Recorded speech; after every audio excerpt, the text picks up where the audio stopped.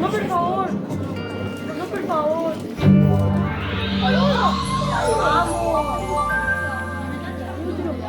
Ya sabemos que los ríos son un elemento de la naturaleza muy importante para los seres humanos.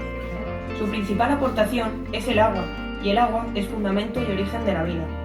El agua en la Tierra circula entre los océanos, la atmósfera, la superficie terrestre y el subsuelo en un tránsito permanente que recibe el nombre de ciclo del agua.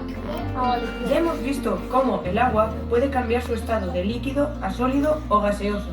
Ahora vamos a ver cómo sucede ese ciclo que renueva constantemente los caudales de los ríos.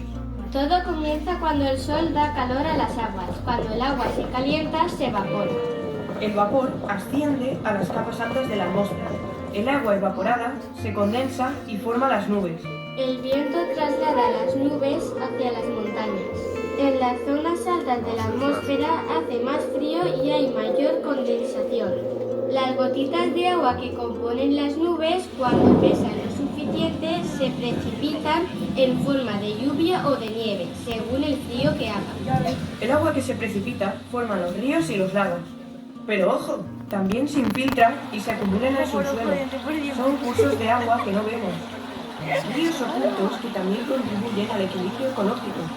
Se llaman acuíferos y aunque no los vemos, es muy importante cuidarlos y protegerlos.